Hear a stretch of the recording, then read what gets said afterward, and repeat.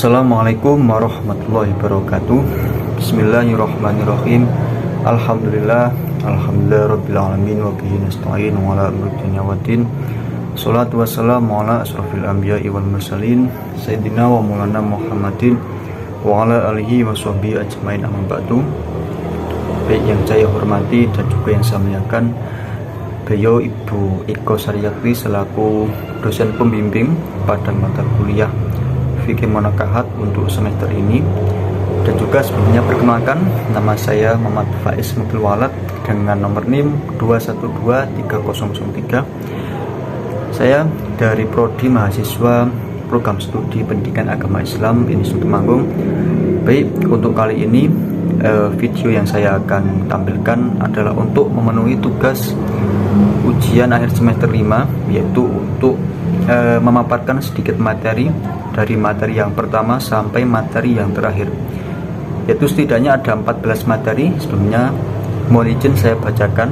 Yang pertama yaitu pengertian dan dasar hukum pernikahan. Kemudian yang kedua ada rukun pernikahan, nah nanti akan juga dijelaskan sedikitnya. Yang ketiga yaitu syarat-syarat pada pernikahan. Yang keempat kafaah dan meminang. Kemudian yang kelima ada penghalang nikah. Yang keenam yaitu mahar dan walimah.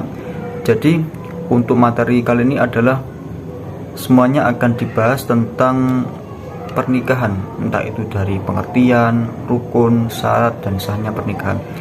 Kemudian lanjut lagi yang ketujuh yaitu hak dan kewajiban suami istri. Yang kedelapan poligami dan nusyuz. Yang kesembilan macam-macam pernikahan. Yang ke-10 konsep talak. 11 yaitu syarat talak dan akibat hukumnya. Kemudian yang ke-12 ada fasah, khulu', dihar, sikok, ilak, dan li'an. Kemudian materi yang terakhir yaitu ada iddah, iddat, dan rujuk. Baik teman-teman, langsung saja masuk ke materi yang pertama yaitu tentang pernikahan, perceraian, dan hukum-hukumnya dalam Islam. Jadi yang pertama itu ada pengertian pernikahan. Baik, sebelumnya saya mendapatkan sedikit literatur dari media sosial bahwasanya pengertian pernikahan adalah akad yang kuat atau misakon golizon untuk menghalalkan hubungan suami istri dan membentuk keluarga sakinah.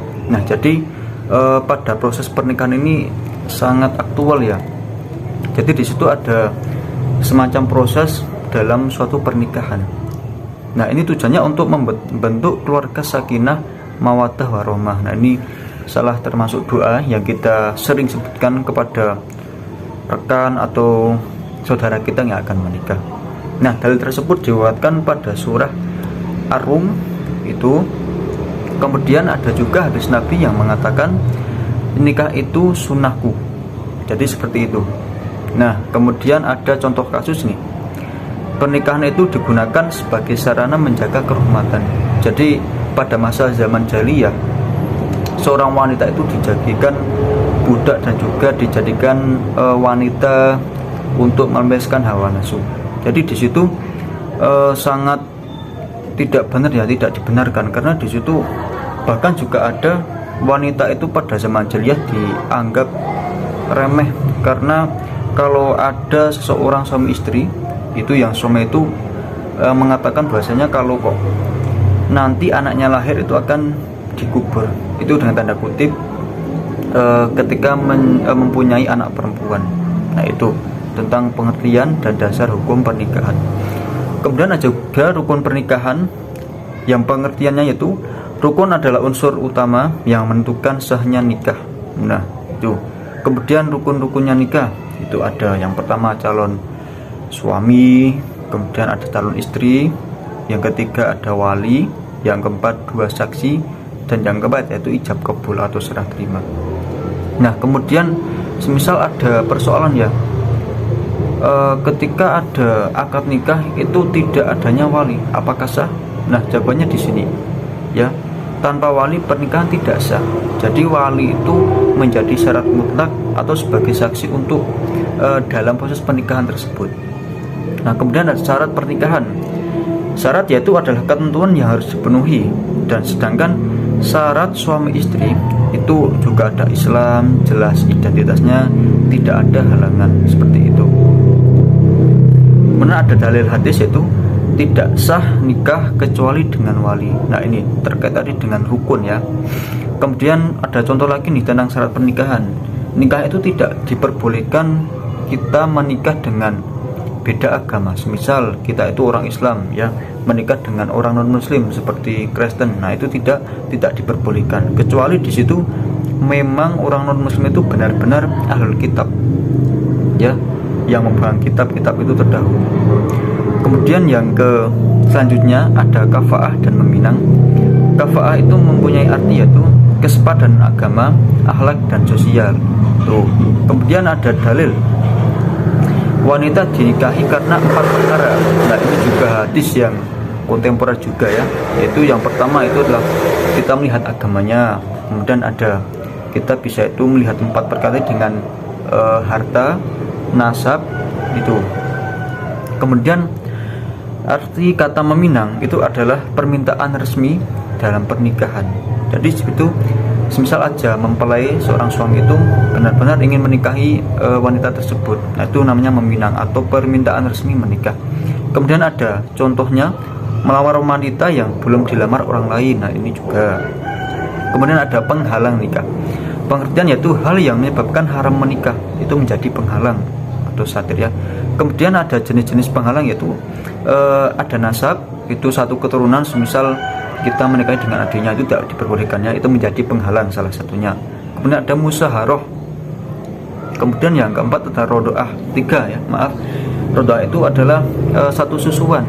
Misal kita juga tadinya mempunyai adik tapi dinikahi sendiri. Kemudian sifatnya sementara. Misal kita nikahnya pada hari ini, kemudian besoknya kita tidak menjadi istri yang sah. Jadi seperti itu. Nah, diperkuat lagi dengan dalil yaitu pada surat Quran An-Nisa ayat 23. Nah, kemudian ada mahar dan walimah. Mahar adalah pemberian wajib dari suami. Nah, di situ kalau ada karti atau wajib berarti itu memang harus diberikan oleh suami. Kemudian walimah adalah jamuan pernikahan. Nah, kita kadang sering dengar itu walimatul ursi. Nah, itu walimah pernikahan. Kemudian ada hadis Nabi itu adakan walimah walau dengan seekor kambing. Ini sudah jadi ya. Kalau di negara kita ya sudah banyak ya, bukan hanya kambing yang biasanya.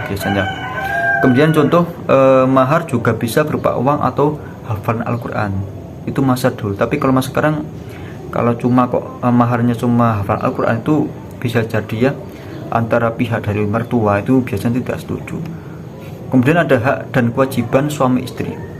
Yang pertama, hak istri itu mendapatkan nafkah dan juga perlindungan dari seorang suami.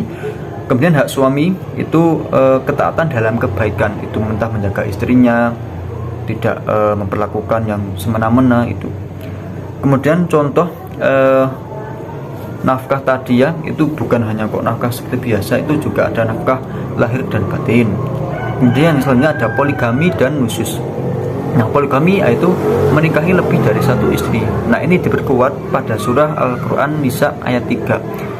Fankihu matobalakum minisaikum masna wasula waruba. Itu entah itu kita mau menikah 3, 4 atau 5 istri.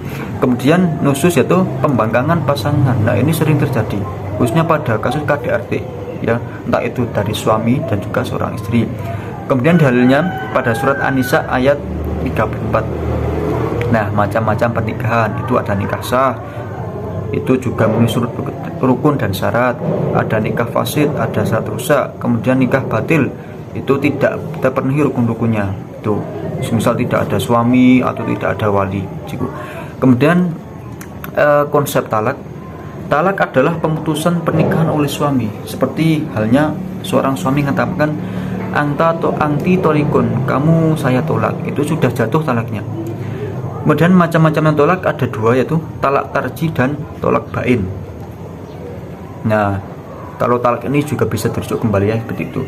Kemudian syarat tolak dan akibat hukumnya. Syaratnya adalah suami berakal dan sadar, itu bukan karena gila ya. Semisal suami itu mengatakan bahwasanya saya akan menolakmu, itu dalam keadaan sadar. Akibat putusnya pernikahan atau masa iddah itu. Kemudian terakhir ada fasah, hulu, dihar, ada iddah, iddad, dan rujuk. Nah, yang pertama yaitu ada fasah. Ya, fasah itu bisa diartikan sebagai perusakan, ya, perusakan dalam pernikahan. Sebentar. Ya, fasah. Pengertian fasah berarti pembatalan, pemisahan, penghilangan, dan juga pemutusan atau penghapusan. Itu fasah. Ininya kita itu merusak pernikahan tersebut. Kemudian yang kedua yaitu ada khulu. Khulu berarti adalah melepaskan atau meninggalkan pakaian. Jadi seperti yang saya pernah dengar yang dikatakan oleh Uqbah As-Samad, bahwasanya seorang suami itu menanggalkan sebuah pakaian karena seorang istri itu diibaratkan sebagai pakaian yang kita pakai, seperti itu. Kemudian ada dihar. Nah, dihar itu diambil dari kata dohrun yang artinya punggung, ya, yang artinya itu punggung. Nah, sebab gambaran asal dihar adalah ucapan suami kepada istrinya. Nah, ini juga saya pernah membaca pada kitab Fathul Qorib, anti alaya kadohri umi, kamu bagiku seperti punggung ibu.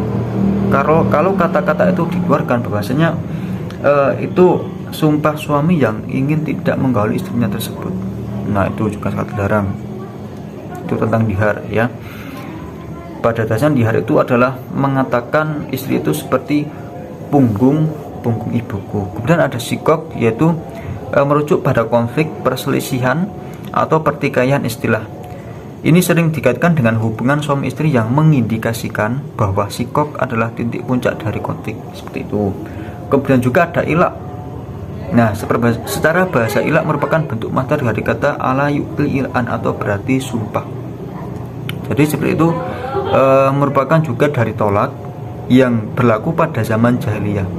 Jadi sumpah li'an itu kalau bisa dihindari juga, ya teman-teman, karena di sini seorang suami itu bersumpah untuk tidak menggauli istrinya selama-lamanya. Nah, ini jangan sampai. Kemudian ada li'an, itu juga artinya sumpah yang diucapkan oleh suami ketika menuduh istrinya berzina, seperti itu, atau menyangkal kehamilan istrinya tanpa bisa mendatangkan 4 saksi jika sang suami itu bersumpah dengan li'an. Itu ya terkait ilak, li'an, dihar itu. Kemudian yang terakhir, materi terakhir itu adalah iddah, dan rujuk. Baik, sebentar teman-teman.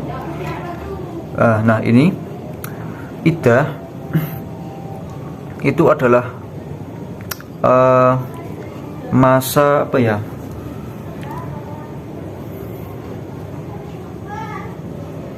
Itu bentar ya. Iddah ya, terkait tadi iddah, iddad, dan rujuk. Nah, iddah itu adalah masa tunggu wanita setelah suaminya meninggal, itu. Kemudian iddad itu adalah masa berkabung setelah pernikahan, itu.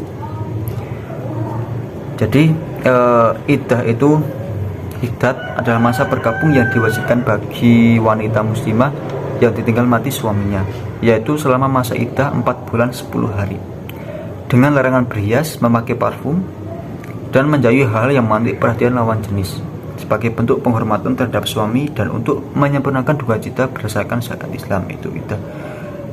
Nah, kemudian ada musyaharah, adalah hubungan kekeluargaan yang haram untuk dinikahi karena sebab pernikahan, seperti mertua, menantu, atau ipar yang menciptakan hak mahram orang yang tidak boleh dinikahi secara permanen atau sementara, tergantung kasusnya. Contohnya yaitu, contoh hubungan musyawarah itu adalah ibu mertua. Itu maksudnya adalah hubungan keluargaan yang itu haram untuk dinikahi karena sebab pernikahan. Itu juga ada menantu perempuan, ada anak tiri, dan juga ibu tiri yang terakhir adalah ayah mertua. Jadi seperti itu.